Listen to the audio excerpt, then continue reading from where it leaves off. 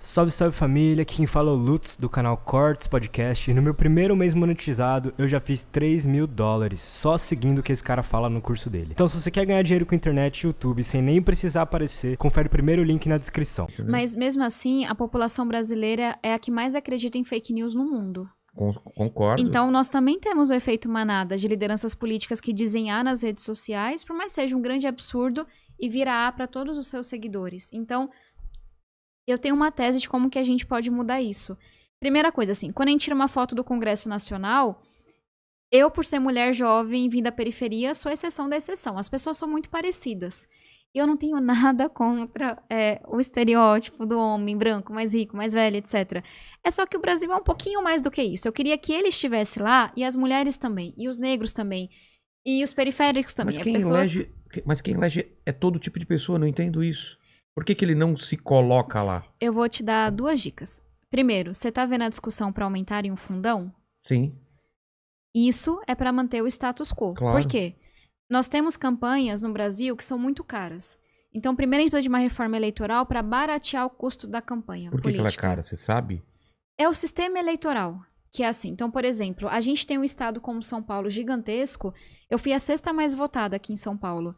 Eu não consegui fazer campanha em todos os municípios. Eu acho que eu fui, sei lá, para 31 municípios. O que é muito pouco. Nós temos 645 municípios em São Paulo. Então, tem um modelo que eu defendo, que é o da Alemanha, que é o do distrital misto. Cada pessoa ela tem direito a 2 votos. Não aumenta o número de deputados, não se preocupem. Mas ela tem direito a 2 votos. Tem a pessoa que ela vai concorrer no estado inteiro com causas, por exemplo.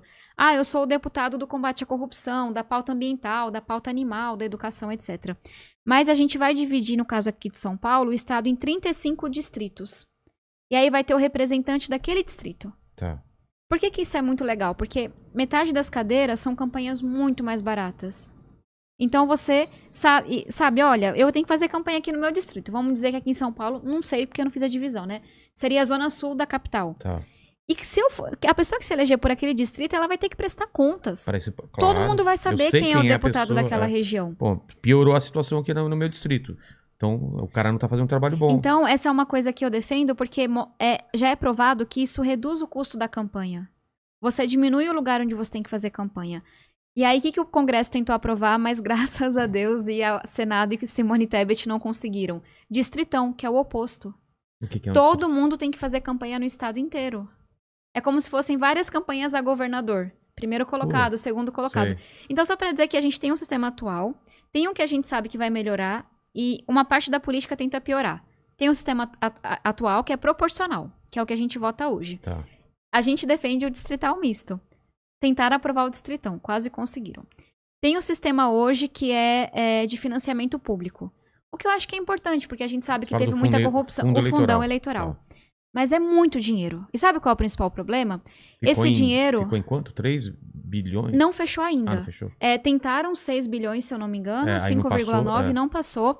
E aí estão dizendo que o Bolsonaro vai tentar trabalhar por um valor menor do que 6 bilhões, mas maior do que é hoje. Caramba. Então, de uns 4. E a gente vai ter que lutar de novo contra. Por quê? As pessoas falam, é importante fundo público porque ajuda o candidato mais pobre. Eu vi como que esse fundo é distribuído. Como? Os partidos têm donos, aí o dono vai dar 2 milhões para um amiguinho, 2 milhões para outro amiguinho e 2 milhões para o terceiro amiguinho que já tem mandato. Aí o dinheiro nosso tá indo para eleger quem já tá no mandato. Então, assim, já que é para ter recurso público, diminui, porque tipo, é um absurdo a gente colocar tanto dinheiro em campanha, mas tem que ter uma regra. Então vai distribuir igual entre os candidatos, sabe? Não pode ser o dono do partido colocando dinheiro pro seu amiguinho. Aí eles tentaram aumentar o fundão, a gente conseguiu travar nessa primeira, mas vai continuar lutando. Outra coisa, são 35 partidos. Quem é... Não existem 35 ideologias. A gente tá voltando agora ao lance de porque a gente não se vê lá representado com todos os tipos de pessoas, é isso? Tá, então primeiro campanhas muito caras. Muito caras. Eu acho que as campanhas são muito caras e as pessoas, entre aspas, comuns, enfim, a população não consegue acessar. Acessar o quê? A candidatura. Tá. Não consegue se eleger. Então a gente fala, mas todo mundo pode votar em todo mundo. Aqui em São Paulo a gente tinha 2.000 candidatos. Quem que você acha que chega na porta de todo mundo? Quem tem mais dinheiro. Quem já é conhecido. Quem foi priorizado pelo partido. Quem vem de um trabalho e foi reconhecido por um outro trabalho que não tem nada a ver. E mesmo assim é uma coisa minoritária, sabe? É muito de, eu sempre fui da política. Então, só pra gente não ter essa ilusão de que com as redes sociais ficou democrático. Não ficou. Tinha 2.000 candidatos, mas a gente só ouvia falar dos mesmos. Porque eu preciso que a minha fotinho, o meu número, chegue na casa da pessoa. Não, mas essa discussão começou você falando que você não se vê lá porque tem mais homens velhos. O Congresso brasileiro... Porque quando que eu acho que vai priorizar a educação? Tá. Quando a gente eleger pessoas com diploma de realidade. Então, que tenham sentado na carteira de escola pública, tenham pego ônibus lotado, tenham a carteirinha do SUS na bolsa. Pessoas que priorizem o que importa para a maioria das pessoas. Essas pessoas estão se candidatando? Primeiro passo.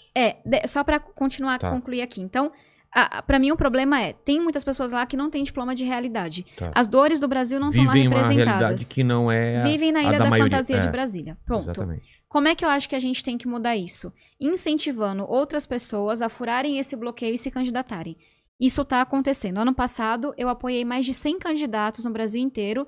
Foi a primeira vez que eu vi tanta gente da periferia sendo candidato. Boa. E desses mais de 100 que eu apoiei, 30 e poucos foram eleitos. Então tá acontecendo. Tá tendo uma mudança já. Só que é muito devagar. Alguém como eu jamais seria eleita alguns anos atrás. E o que mudou de lá pra cá que você foi eleita? Eu tive 5.000 voluntários na minha campanha. Eu tive quase 500 doações. Então... Mas isso porque hoje em dia foi possível e antigamente não seria, você não teria esse apoio? Primeiro, tá ficando muito confuso. Deixa eu terminar aqui, aí eu volto no porquê que eu fui eleita. Peraí, a gente tá em que parte então lá? As dores que mais importam para a população, do preço alto da comida, do preço da gasolina, não são ouvidas. É o diploma de realidade. Exatamente, o diploma de realidade. Precisamos eleger pessoas que conheçam a realidade da maioria da população. Tá. Como é que a gente faz isso? Tem que incentivar essas pessoas a se candidatarem, mas elas têm que conseguir entrar. Qual é a primeira barreira? Campanhas são muito caras. Em Brasil, isso obviamente não é declarado. Em São Paulo, dizem que uma campanha custa 10 milhões de reais para deputado federal aqui em São Paulo. É o que o pessoal fala. E, obviamente, tudo isso é por baixo dos panos. Claro. Como é que a gente reduz o preço da campanha? Era nesse ponto que eu tava. Tem que lutar contra o aumento do fundão. Tem que lutar por um sistema eleitoral que seja mais barato. Mas aí eu falava da questão dos partidos. Quando a gente tem 35 partidos que, em sua parte, são cartórios, que têm donos, que estão ali para fazer dinheiro... A gente não tem projeto de país. A pessoa, ela se depara com cada partido com 150 candidatos, não sei quantos. Aqui em São Paulo foram 2.000 candidatos.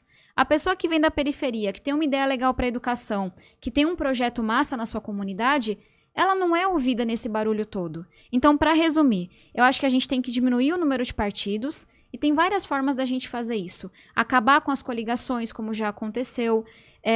Tem a cláusula de barreira que vai deixar de passar fundo para partido nanico, que acaba sendo um partido de aluguel. Então é um tema mais técnico, mas a gente tem que falar de reforma política. Acho que esse é o resumo. A principal reforma para a gente baratear as campanhas e fazer com que pessoas que nos representem sejam eleitas é a gente reduzindo o número de partidos e tornando as campanhas mais baratas. Então acho que essa é uma tese. Aí você perguntou, mas por que você foi eleita?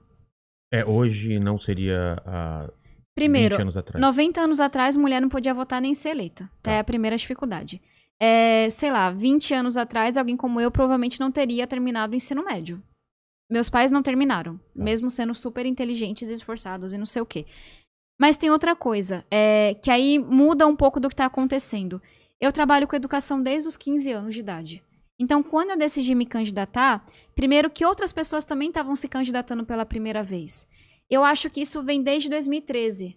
A população foi para as ruas em 2013 e falou, eu não gosto de política. Isso daí não me representa. Eu não quero mais vocês. O problema é que a gente não sabe o que a gente quer colocar no lugar ainda como sociedade. E aí muita gente aperta o botão do dane-se, para não falar outra palavra, e elege qualquer pessoa. Foda-se. Do foda-se.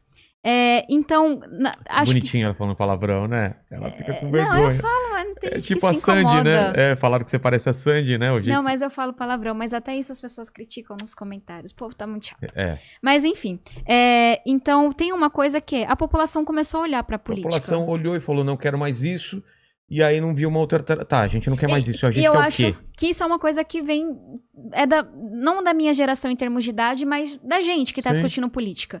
Então, nesse sentido, eu também não gostava de política. No meu bairro até hoje tem compra de votos.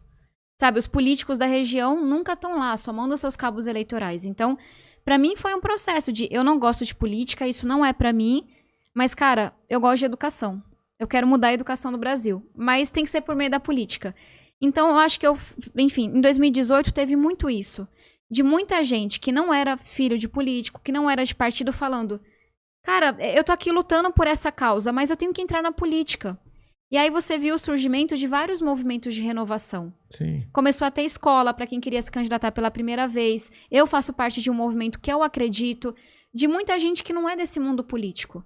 E aí, no meu caso, eu tive, talvez, muita sorte de ter encontrado muita gente nessa minha luta pela educação. Eu já dei aula, já entrei em sala de aula, em escola pública, privada, organizei movimento, viajei o Brasil inteiro, fiz pesquisa. Então, na minha campanha, eu tive 5.000 voluntários. Do estado inteiro, pessoas que gostavam do meu trabalho na educação, que quiseram apoiar. E como eu não era pessoa financiada pelo avô, que tinha dinheiro na conta, ou recebendo 2 milhões do fundo partidário, eu tive que convencer quase 500 pessoas a doarem para mim. Por que eu tô dizendo isso? Eu me inspirei muito na campanha do Obama.